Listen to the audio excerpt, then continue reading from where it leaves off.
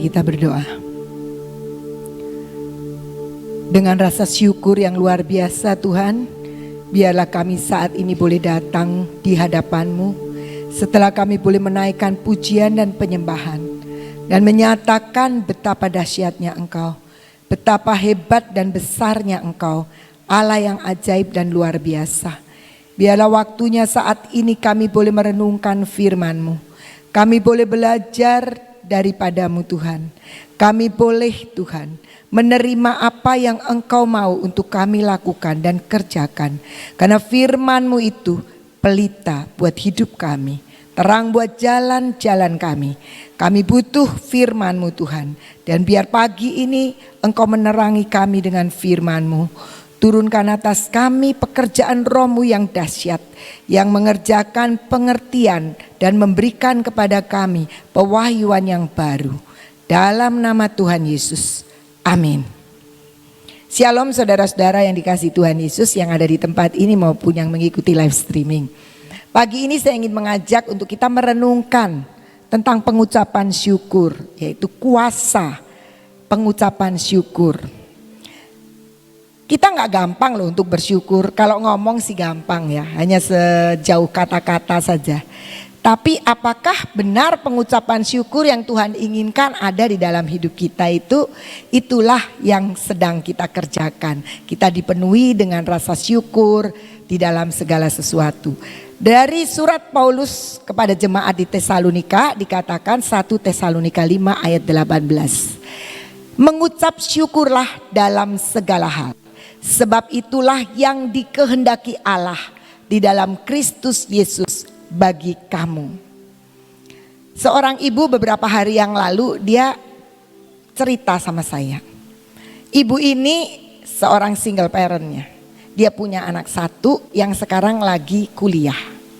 Beberapa tahun yang lalu suaminya dibawa pulang. Dan dia itu seorang ibu rumah tangga tadinya. Jadi dia bingung, anaknya waktu itu masih SMA, belum kuliah. Dia dalam keadaan ketakutan, Tuhan ini gimana anakku nanti sekolahnya, kuliahnya gimana. Dan suaminya itu punya 2 bersaudara. Nah, adiknya datang dan dia bilang gini, jangan takut, nanti anakmu aku yang nyekolahin, aku yang bantu katanya gitu. Nah dia sukacita ya. Akhirnya ya di tengah pergumulan tentu dia harus bekerja. Dan dia kemudian dapat pekerjaan yang ya pekerjaan aja. Tapi dia sudah nyaman. Dia bilang Tuhan itu ajaib, anak saya sudah ada yang mau nyekolahin. Singkat cerita sekarang anaknya kuliah. Semester 3 kalau gak salah. Kuliah dan anaknya ini cukup pandai sebenarnya. Jadi dia dapat banyak kemudahan dan beasiswa juga, tapi juga kehidupannya dibantu oleh adik iparnya ini. Dan beberapa hari yang lalu dia cerita sama saya, secara mendadak adik iparnya dibawa pulang sama Tuhan. Dia bingung. Waktu itu dia belum banyak cerita, hanya cerita begitu aja. Dia bilang kok saya jadi gemeter. Saya tahu pasti yang dipikirkan dia, tapi dia gak cerita ya, saya gak usah ngutik-ngutik gitu. Hanya kemudian saya berdoa. Tadi malam dia WA saya. Jadi istri daripada adik ipar, ya ipar juga ya, itu memberitahu.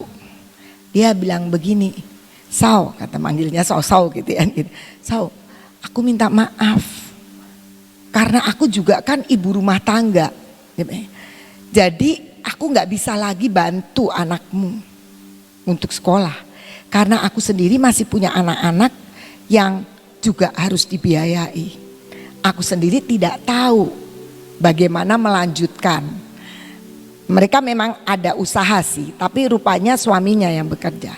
Nah si ibu ini WA ke saya, dia forward, dia screenshot akan pembicaraan dari iparnya ya itu. Dan dia bilang gini, dia bilang sama Bu Ina, aku gemeter. Aku gak tahu masa depan. Aku kasihan sama anakku. Dia itu punya prestasi, tapi sekarang siapa yang mau ngongkosin? Aku gak mampu ngongkosin seperti itu. Saya bilang begini, iya Bu, tenang dulu katanya. aduh kenapa ya adik iparku kok nyetop. Saya bilang dia juga lagi syok. Dia juga lagi kehilangan secara mendadak juga. Dia juga mungkin sama-sama bingung. Tapi mari kita punya Tuhan yang hebat. Kita pagi ini puji-pujian tadi banyak menyatakan how great is our God ya. Jadi betapa hebatnya, betapa dahsyatnya, betapa besarnya Allah kita. Mari kita bersyukur. Dia diem aja gak jawab. Ucapan syukur itu tidak gampang. Tapi Alkitab mengatakan mengucap syukurlah dalam segala hal. Dalam segala hal itu bukan lagi susah saja. Di dalam semua kondisi apapun Tuhan bilang mengucap syukur. Kenapa kita harus mengucap syukur? Di sini Paulus bilang itu yang dikehendaki Allah dalam Kristus Yesus bagi kamu. Jadi itu kehendak Tuhan. Tapi seringkali kehendak Tuhan itu sulit untuk kita mengerti. Gimana saya berterima kasih, gimana kita naikkan syukur kepada Tuhan. Sementara saya gak ngerti besok saya makan apa. Sementara saya gak ngerti bagaimana saya bayar utang. Sementara saya tidak mengerti bagaimana mau bayar sekolah. Saya bertemu begitu banyak orang tua. Apalagi masa-masa ini tidak ada yang cerita seneng tuh nggak ada. Ceritanya itu susah lah, yang belum dapat kerjaan lah, yang dipotong lah gajinya, ada banyak hal gitu. Dan ketika dia datang, kemarin ini saya juga bertemu dengan orang tua. Dia dari luar sekolah kami. Dia bilang, saya mau masukin anak saya ke Terang Bangsa. Oh boleh, saya bilang gitu. Karena saya tahu di Terang Bangsa itu murah. Saya bilang ya Pak, puji Tuhan kalau Terang Bangsa murah. Tapi catatannya tidak murahan. Murah tidak murahan. Terus dia menawar dengan sangat-sangat murah. Ya sudahlah pokoknya sangat murah. Saya bilang Pak, sekolah Terang Bangsa bukan untuk tawar-tawaran seperti pisang goreng. Pisang goreng aja gak nawar ya kalau beli. Tapi mari kita belajar mengerti bahwa ya apa yang dikehendaki Allah untuk sebuah pendidikan itu. Dan kadang-kadang saya kalau sudah begitu terus dia bilang gini, ya saya keadaannya begini, boleh. Ya saya sekarang siapa lagi yang nolong kalau bukan Terang Bangsa. Oh jangan, Terang Bangsa gak bisa nolong. Tidak pernah bisa menolong, tapi Tuhan yang bisa menolong. Belajar untuk mengandalkan Tuhan dan bukan sekolah Terang Bangsa. Kalau di Terang Bangsa itu subsidi silang. Jadi nanti yang kaya yang nolong. Nah kalau semua ngomong kayak begitu saya cari orang kayanya dulu. Gitu, berpartner dengan yang kaya. Kami belajar untuk selalu mengandalkan Tuhan. Ini sekolah juga begitu. Mari kita belajar mensyukuri Pak dengan pekerjaan Bapak. Jangan datang-datang bilang saya mau milih sekolah ini yang murah. Saya bilang sekolah Terang Bangsa tuh gak murah. Biayanya terlalu besar yang mesti diadakan, nggak murah. Mari kita belajar untuk mengisi hidup kita dengan kehendak Allah. Biasanya banyak sih orang Kristen yang suka memiskinkan diri, minta bantuan karena Kristen gitu. Saya kasih tahu ya, belajar kita hidup dalam kehendak Allah. Ketika Allah bilang mengucap syukur, seberapa kondisi kita, setipis apapun dompet kita, mengucap syukur itu kehendak Tuhan. Nah, saya ingin mengajak kita membaca dulu dari Mazmur 119 ayat 160.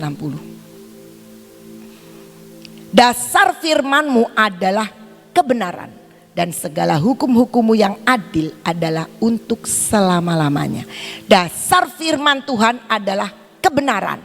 Kalau kita pegang semua firman Tuhan itu kebenaran dan hukum-hukumnya, aturannya untuk mengatakan mengucap syukurlah dalam segala hal itu adil, maka kita tidak perlu komplain dan kita percuma komplain sama Tuhan. Kan dikatakan firman Tuhan itu adalah kebenaran.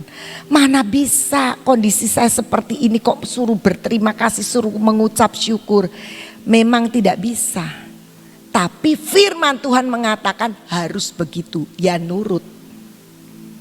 Seorang anak sekolah, tadinya kalau online ya mulai jam 8, begitu nanti onset jam 7. Enggak mau, saya sudah biasa bangun jam 9, saya bangun jam 8 kurang seperempat. Apakah begitu? Enggak dong, Aturannya jam 7, ya dia jam 7 harus sudah ada di sekolahan. Kenapa? Itu sebuah aturan dan hukum-hukum yang harus ditaati. Gak mau, saya gak mau seperti itu. Contohnya, beberapa waktu yang lalu ketika pandemi mulai, kemudian mulai ada sekolah online. Hukumnya, aturannya adalah anak sekalipun online tapi tetap harus pakai seragam. Ada orang tua protes dan marah-marah. Dia bilang begini, tahu nggak cuciannya jadi banyak?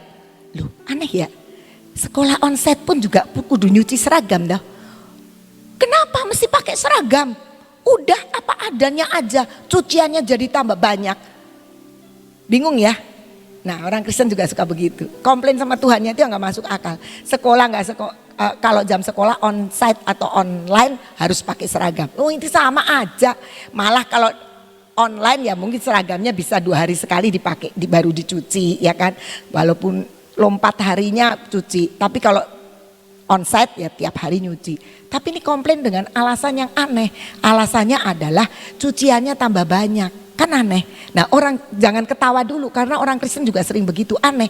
Tuhan bilang mengucap syukur. Kok suruh mengucap syukur? Wong lagi susah kok mengucap syukur. Tuhan bilang firmanku adalah kebenaran. Lakukan.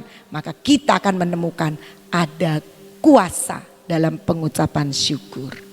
Nah kita sekarang ingin tahu bagaimana. Saya bilang sama ibu ini tadi malam.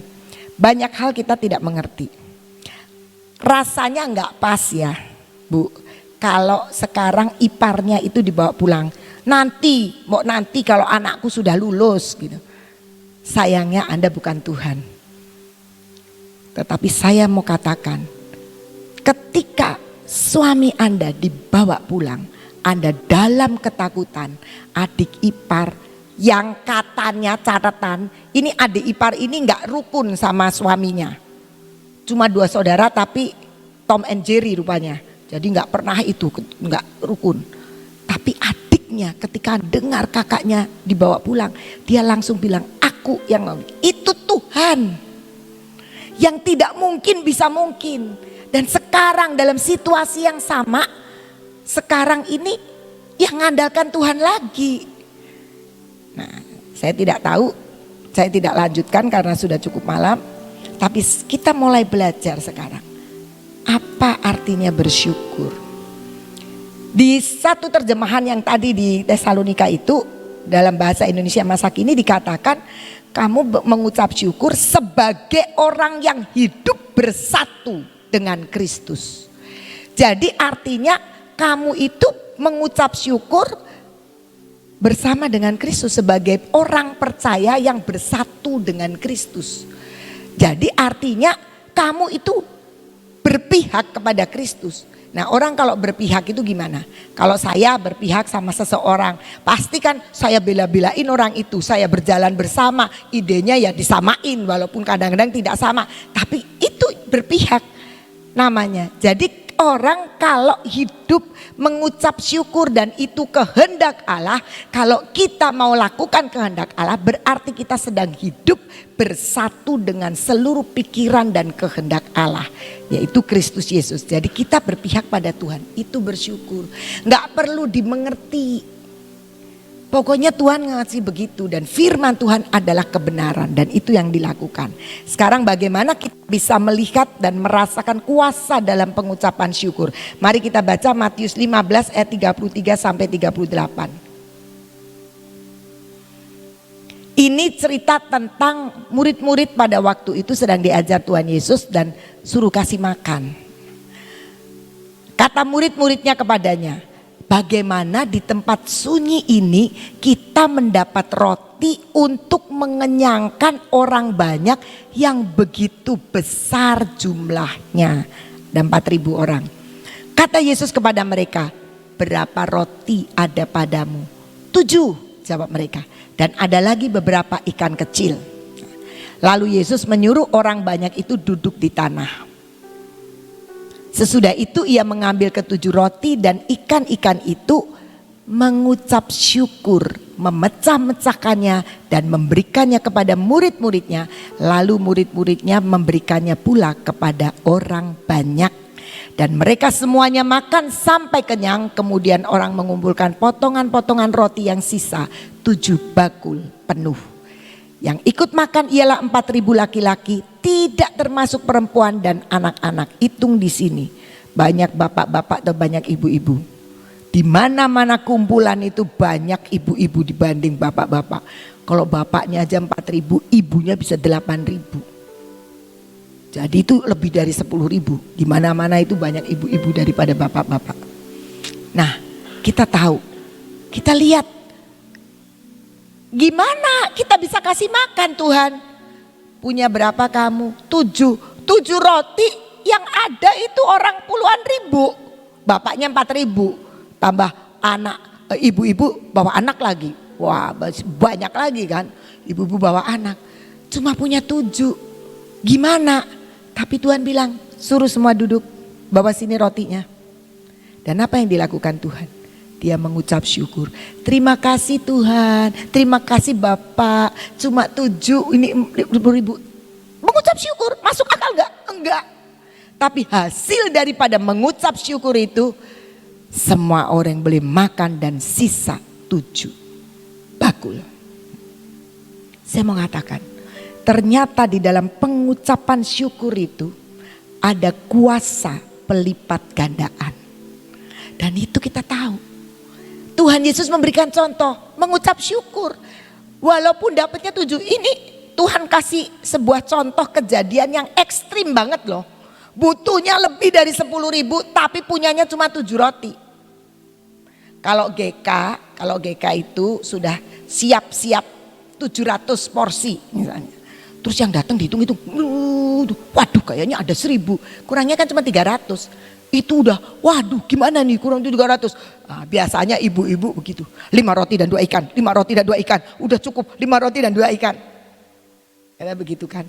Itu kurangnya tuh cuma berapa? Ini perlunya ribuan, cuma punya 7. Jadi kurangnya itu banyak sekali. Tapi kita harus tahu, Tuhan bilang sudah mengucap syukur dengan yang kecil 7 itu. Syukuri, masih lumayan punya 7 daripada nggak punya. Apa yang mau dibagi sama Tuhan. Tapi Tuhan bilang 7, ketika kamu mengucap syukur akan terjadi pelipat gandaan. Dan kuasa pengucapan syukur itu adalah kuasa untuk memperlipat gandakan, bermultiplikasi.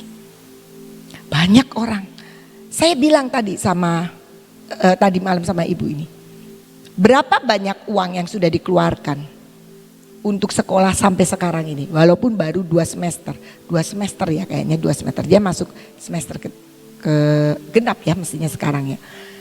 Dia bilang kamu hitung aja dulu, dan kamu tidak bayar kan, yang bayar kan adik ipar kamu. Masa kalau Tuhan sudah memulai sesuatu yang baik gak akan diteruskan. Tuhan kita itu Tuhan Alfa Omega, yang awal dan yang akhir. Ya kan, kalau kita lihat dia itu enggak pernah kerja enggak tuntas. Yang sering enggak tuntas itu kita.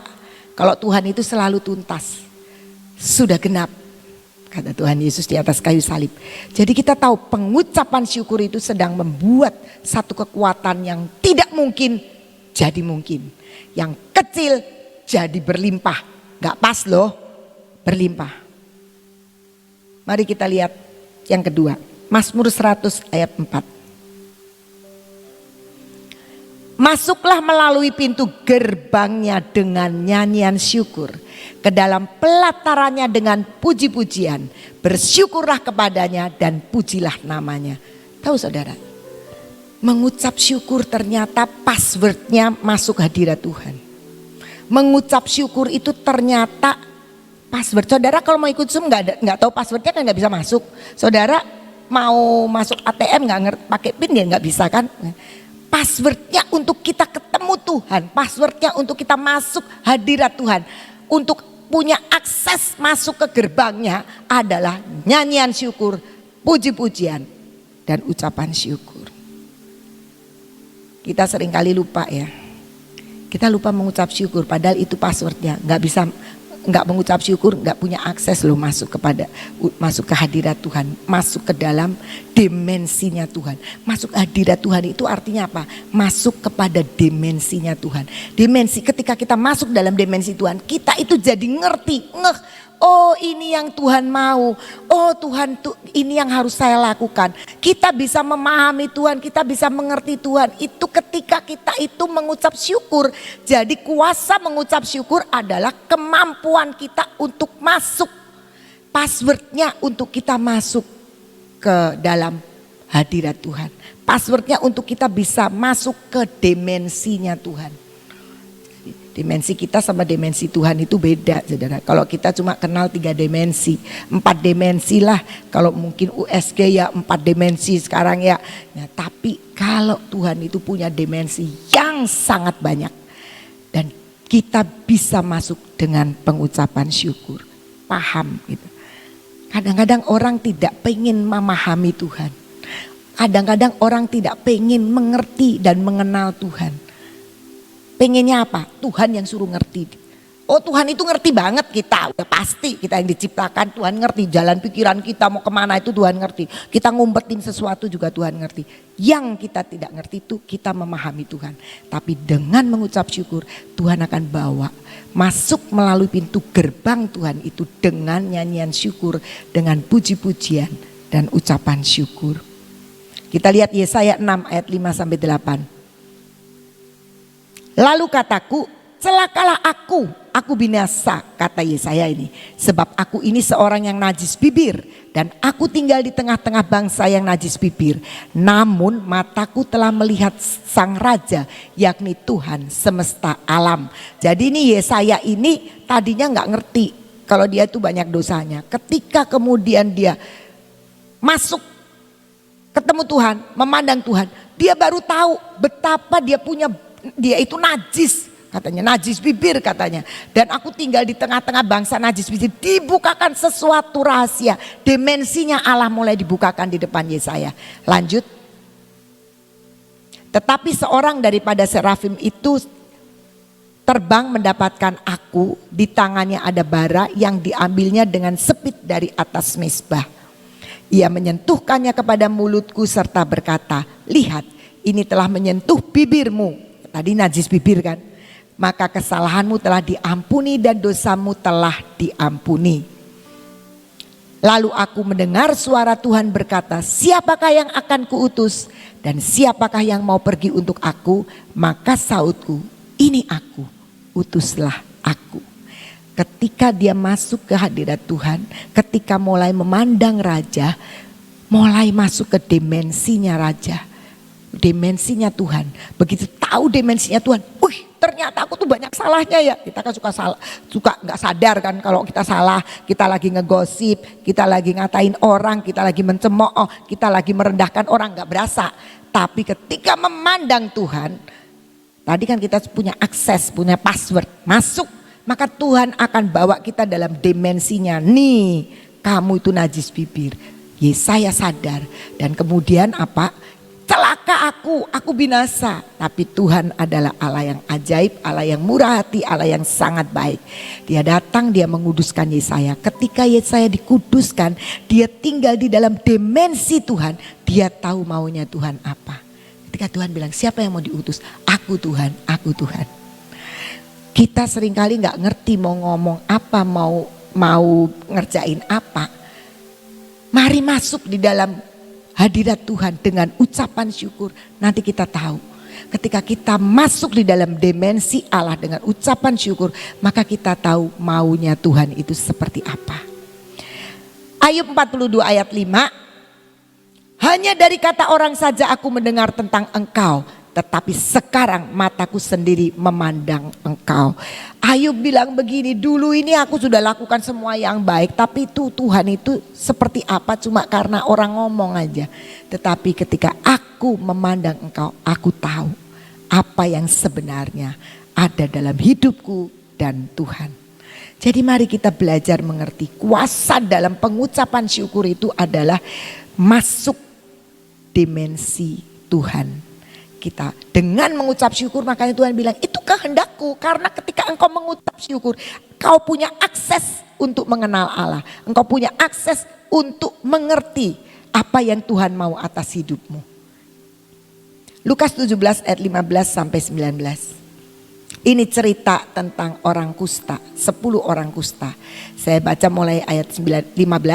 Seorang dari mereka ketika melihat bahwa ia telah sembuh, kembali sambil memuliakan Allah dengan suara nyaring. Lalu tersungkur di depan kaki Yesus dan mengucap syukur kepadanya. Orang itu adalah seorang Samaria. Lalu Yesus berkata, bukankah ke-10 orang tadi semuanya telah menjadi tahir?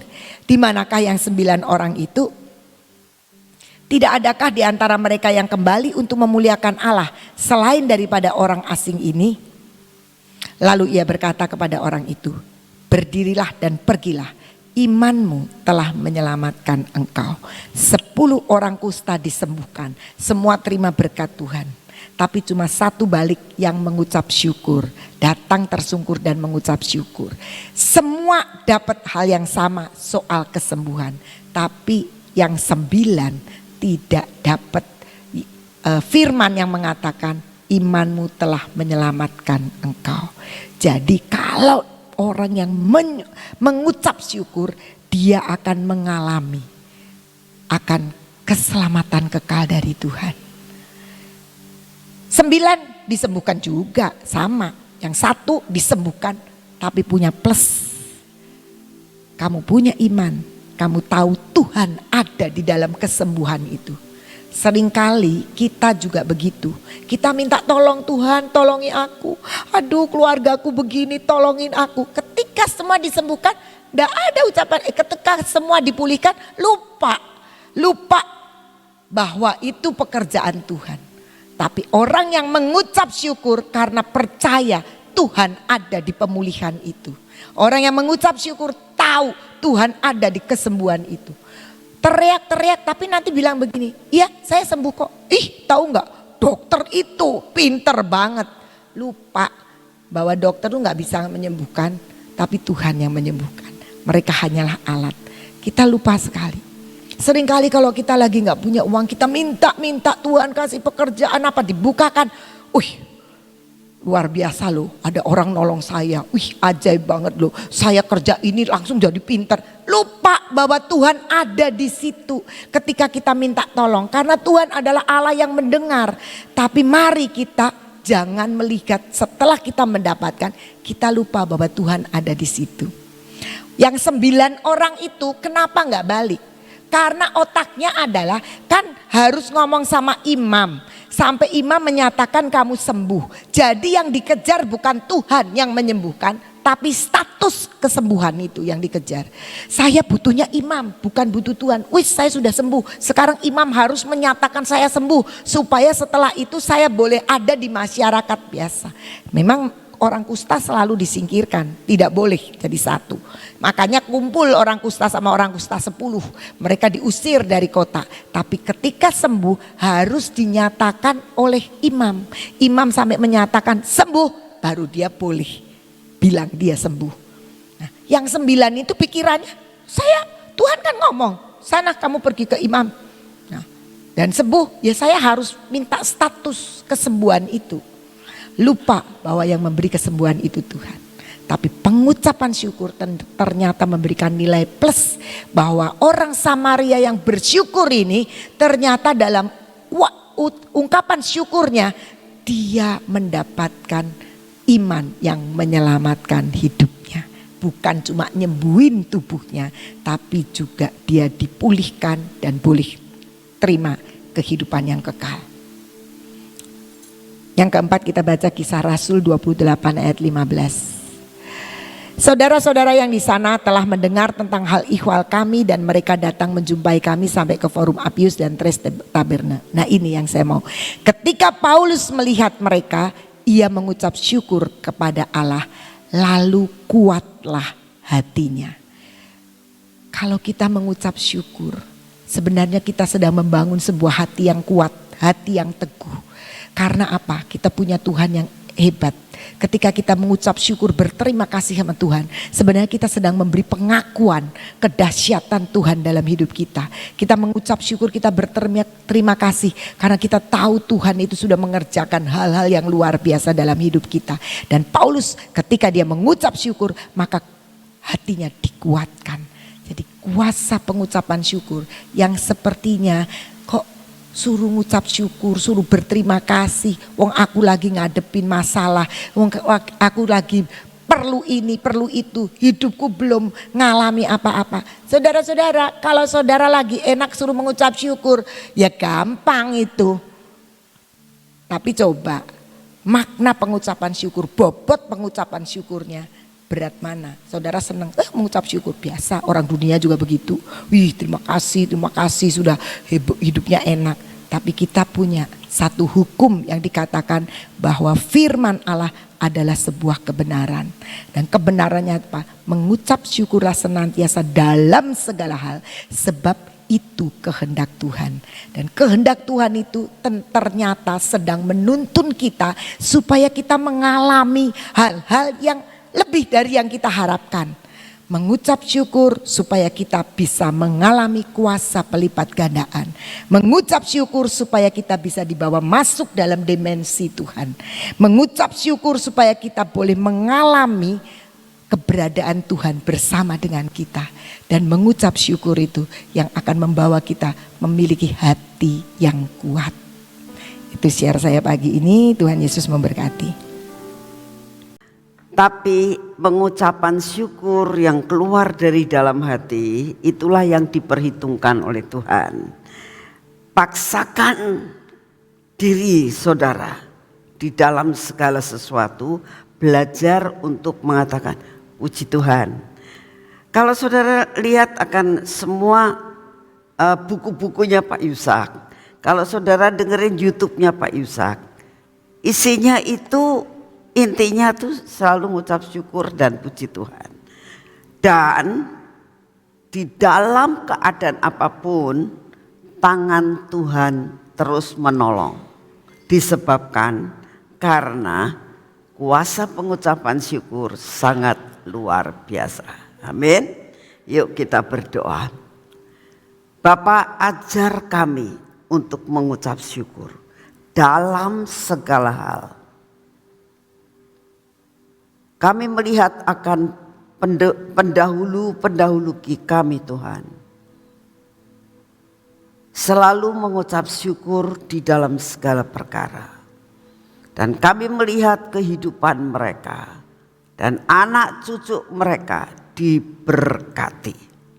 Oleh karena itu ya Tuhan, buat kami, dorong kami, paksakan kami untuk selalu mengucap syukur dalam segala hal. Terima kasih untuk kasih setiamu. Bapak, pagi ini kami datang di hadapan-Mu. Kami tetap mau berdoa buat bangsa dan negara kami ya Tuhan. Engkau tahu kami ini saat-saat ini, Engkau yang sudah mengatakan berjalan di dalam kegelapan.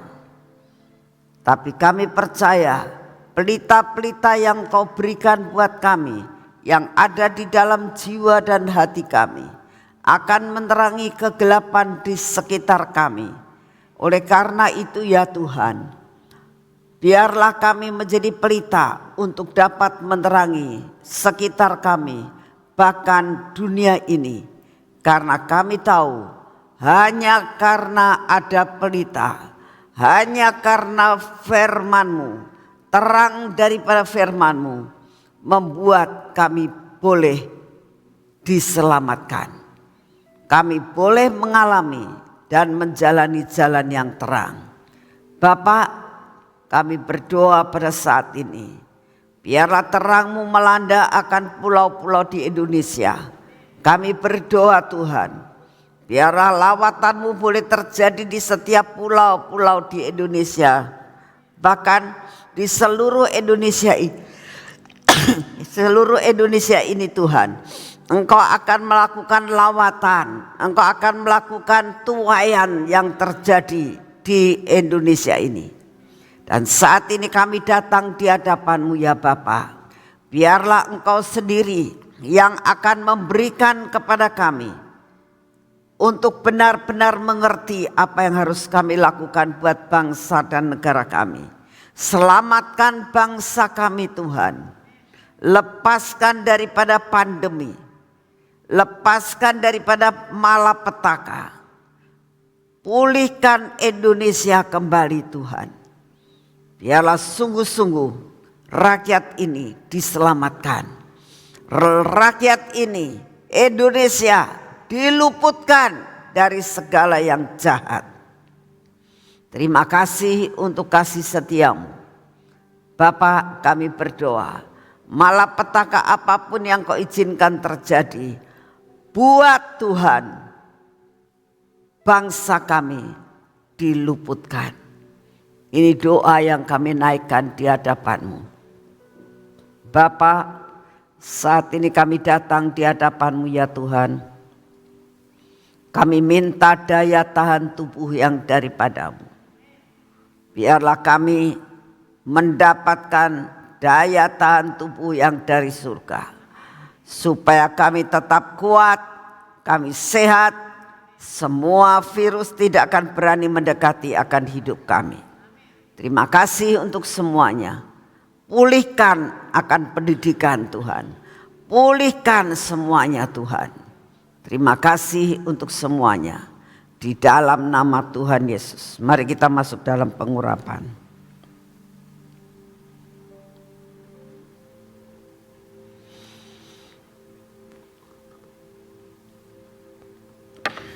Dalam nama Tuhan Yesus. Biarlah pengurapan ini menguasai akan hidup kami Tuhan. Sehingga ada kuasa yang luar biasa yang kami terima daripada-Mu. Mata kami dikuasai oleh pengurapan. Telinga kami, bibir mulut kami, hati kami diliputi oleh kuasa yang dari atas. Dan semua roh keraguan dan ketakutan kami diluputkan, dipatahkan. Biarlah tangan kami penuh dengan pengurapan yang daripada-Mu ya Tuhan. Sehingga pada hari ini, sepanjang hari ini, apa yang kami kerjakan bersama-Mu pasti berhasil. Ini kaki kami, Engkau pimpin Tuhan, supaya kaki kami berjalan pada jalan yang hari ini kami lalui dan pas di hati-Mu. Cegah kami untuk melakukan perkara-perkara di luar daripada jalan-Mu. Terima kasih untuk semuanya. Terima kasih untuk pagi hari ini ya Tuhan. Terima kasih sepanjang hari ini Engkau pasti akan menolong kami. Di dalam nama Tuhan Yesus, semua masalah yang ada dalam hidup kami tetap ada kendali daripada-Mu. Di dalam nama Tuhan Yesus, amin. Selamat pagi, Tuhan memberkati saudara semuanya.